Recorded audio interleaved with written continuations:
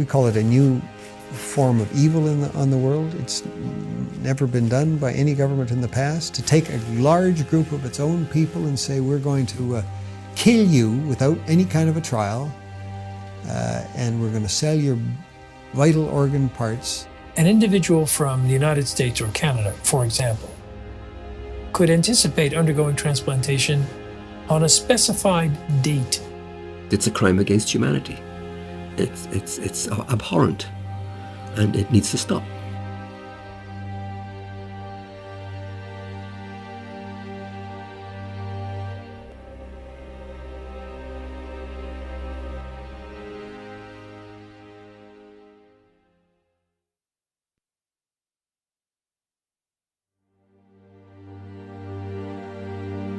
If you're going to go to China and you're going to get a liver transplant during the 3 weeks you are there, then that means someone is going to go schedule an execution, blood type and tissue type the potential executee, and have them ready to go before you need to leave. Starting at the end of 1999, the number of transplants taking place just exploded. China carries out more organ transplant surgeries than any country besides the United States. But unlike other countries, China has no effective organ donation program. That's because culturally, Chinese people believe the body must stay intact even after death. China's Deputy Minister of Health, Huang Jiefu, has suggested that there are 7,000 transplants every year from the deceased, and that more than 90% come from executed prisoners. The number of criminal executions in China is classified as a state secret, but Amnesty International's estimate is about 1,700. The numbers just didn't add up. It's just too large of a discrepancy there. With only 1,700 executed criminals and no effective donation system, where do the rest of the organs come from?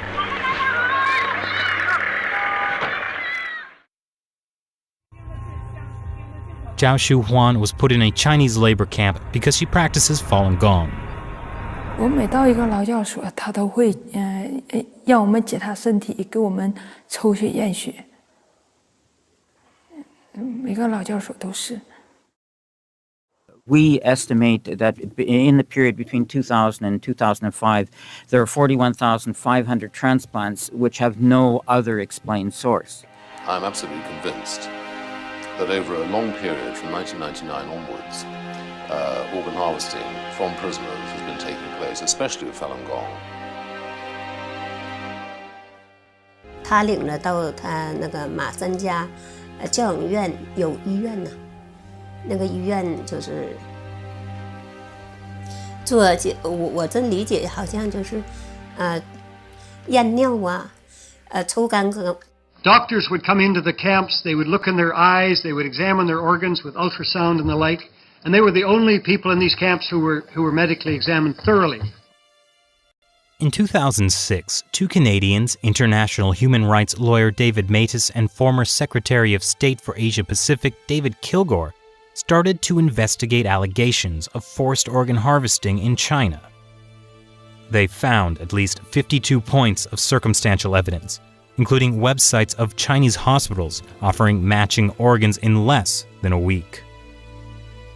It's just not possible unless you have an unlimited source of organs. And these are people who are alive. We're talking about live donors. The actual transplant surgery itself was the form of execution. These were living people that were killed for their organs. Makes you think of some grotesque restaurant where you go in and you pick your lobster in a tank. But these are human beings we're talking about. The military's making money off of it. The hospitals are making money off of it. The middlemen are making money off of it. And we talk about money. We're talking about a multi-million-dollar operation.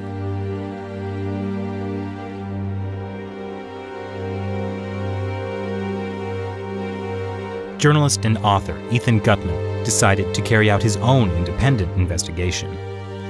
We had witnesses of disappearances, people who'd been examined and then had disappeared, busloads, entire prison wards which had been emptied out. The signs began to look like something much, much bigger. Like Tibetans and house Christians, Millions of Falun Gong practitioners are being persecuted in China for their beliefs. In 1999, Communist Party leader Jiang Zemin issued orders to break them financially, ruin their reputations, and destroy them physically. Since then, thousands of Falun Gong practitioners have disappeared without a trace. What happened to the disappeared? They, as far as we know, they're still there in these camps. Many of them are killed through organ harvesting, but the rest are still there, and they're the organ data bank for China. Around 1999, there were around 150 transplant centers.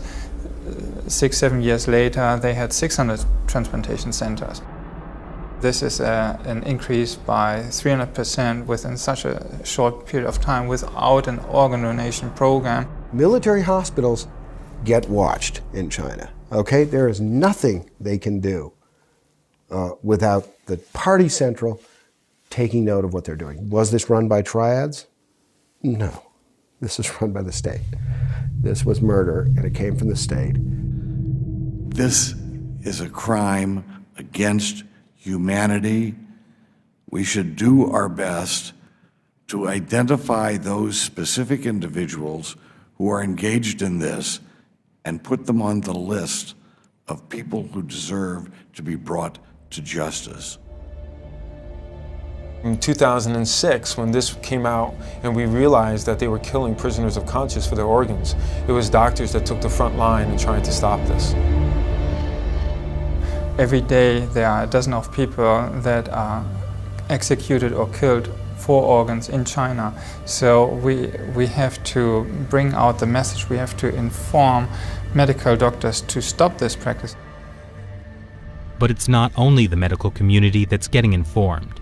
The U.S. State Department mentioned allegations of forced organ harvesting in its annual Human Rights Report on China in 2011 for the first time.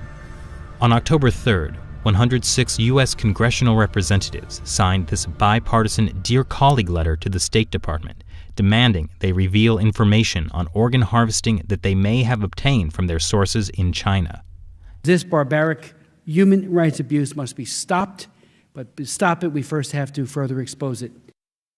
And with even more petitions circulating online, the issue is starting to get worldwide attention. But more needs to be done.